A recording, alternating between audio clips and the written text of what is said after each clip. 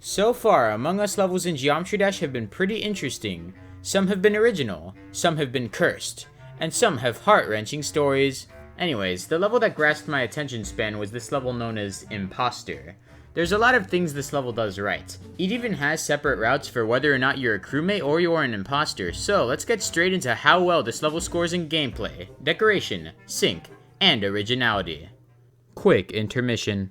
Now, here's this picture that's scientifically engineered to make people subscribe. It's free to sub, and if you don't like my content, you can unsubscribe at any time. Anyways, on with the review. We start on planet Polis, and we're presented with the option to click the orb or go for the knife. Let's be a nice and friendly crewmate first. The gameplay and the sync are really normal, not really anything special, although Polis looks amazing. The lava pits and the crewmates interacting with the atmosphere really stick out, although the next part develops everything a lot more. The block design here is pretty nice, and Lime just be doing some gaming right now. Wonder what he's playing.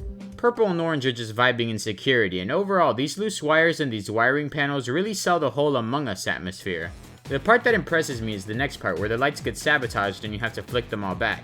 Even your Geometry Dash cube has to do some tasks after all. Next, we enter storage, and for some reason all the boxes are floating.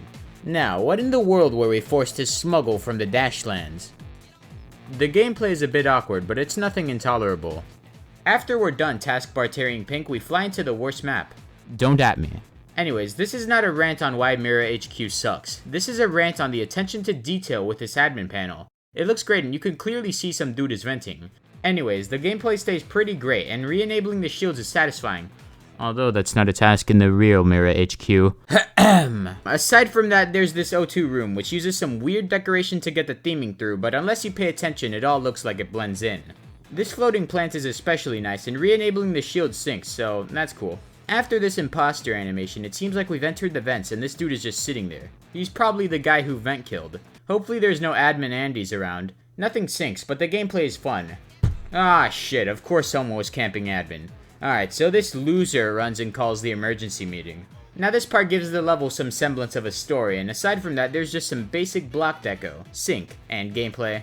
Nice animation, and oh wow, we're in a 5-head 900 IQ Among Us online lobby. Yay! Sci invented. Sciences. Cyan. Well, at least it's accurate. While this clown gets voted off, we're taken into a nice space environment. Not really much else to say apart from the sync being better than usual. This is the crewmate ending, but things get a lot deeper from here on out. So, if you are feeling especially swag, you can go for this knife. Already you can see that you have to go through some weird routes to kill red and yellow, although these routes blend in with the rest of the environment pretty well. After a dead body is reported, you have to travel through a vent and click on your enemy to land a kill with a nice animation. Now, Mirror HQ gets really interesting really fast. First you sabotage O2, which leaves White vulnerable for an extremely satisfying and oddly reminiscent of Undertale click combo. The robot gameplay path you take in O2 becomes a bit harder as an imposter. Now, going into the vents, we encounter some more unfortunate crewmates like Green, which looks oddly edible. Oh no, he called a meeting.